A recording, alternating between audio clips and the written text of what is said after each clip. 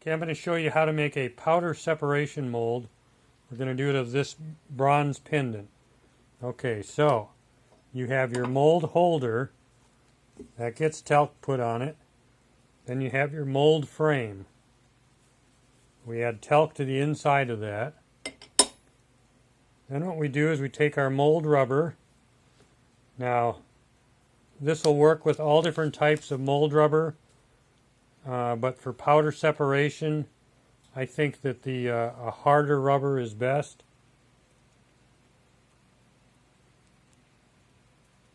So you want to knead out the edges of this. Then you want to tip it over, and you want to talc the back side.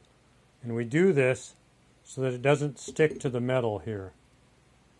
Now we have this.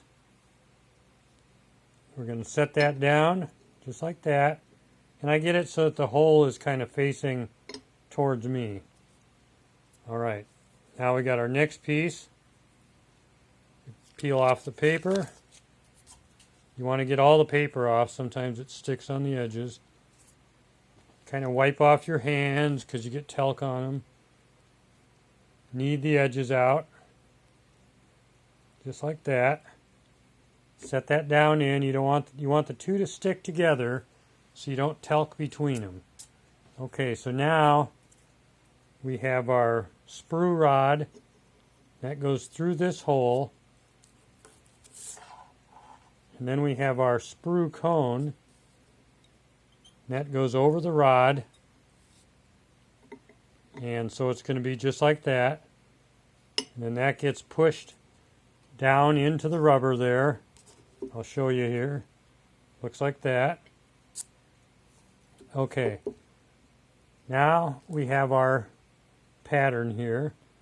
And because it's got such a big concave back to it, we're going to put it in upside down. We're going to put face first. And we're going to do it so that it's got a little sprue rod on it. That's going to butt right up against that the sprue cone there. And then what we're going to do, you want to get that maybe about halfway down. And it helps greatly if you have something, if you have like a die or something where you can put it on there and helps to kind of push it in. Okay, that's good. So, next thing we do, we have what are known as mold locks. And we're going to use, sometimes I use 4, 2, 3, and 4. We're going to set these on just like that. And again, this is something where you can kind of use your thumb and you push them down in. You know what works really good? Let me see here. If you take a piece of tubing, this is a pick for soldering, and you push it over the edge, you can really push it down in farther. Much easier. Now up here we don't have quite enough room for a mold lock, so we're just going to go with the 3. I like to have about 3/16 of an inch between the mold frame and between the pattern.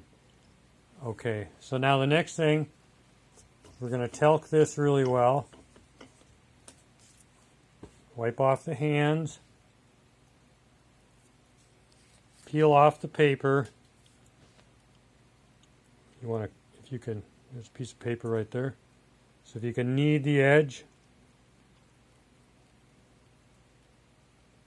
just like that, then you're going to want to make sure there's a little chunk of something there, but powder that,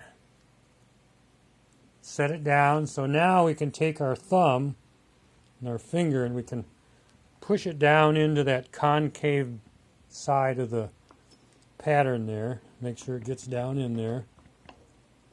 Push this around. Okay, now we have our last piece of mold rubber. Peel off the paper.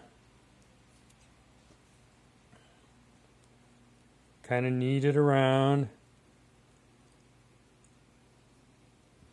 The reason I need it is these are a little short and they don't quite reach the edge of the mold frame. So, I mean, I think you could probably get away without needing them, but it's worked well for me. So now you want to keep this within what's inside the mold frame, and then you want to talc it again. Now we're going to talc the top. That slides down like that. Now the whole time I've been preparing this, I have my toaster oven on. It's set at 350 degrees Fahrenheit.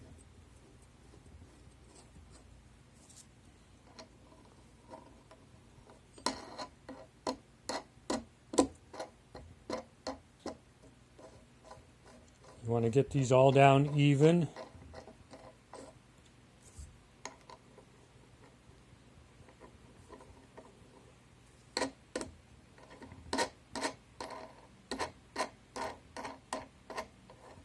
Okay, once you get them down, you want to start cinching them down so that it's even all the way around. If you do one too much, then the other two won't go down at all. So you got to do them all a little at a time. You're going to have a bit of a gap here, and that's okay. If you're not really strong with your fingers, you can grab a pair of pliers and do this. But that is about it. This is going to go in the toaster oven now, and then we'll take it out and we'll see what we have. All right.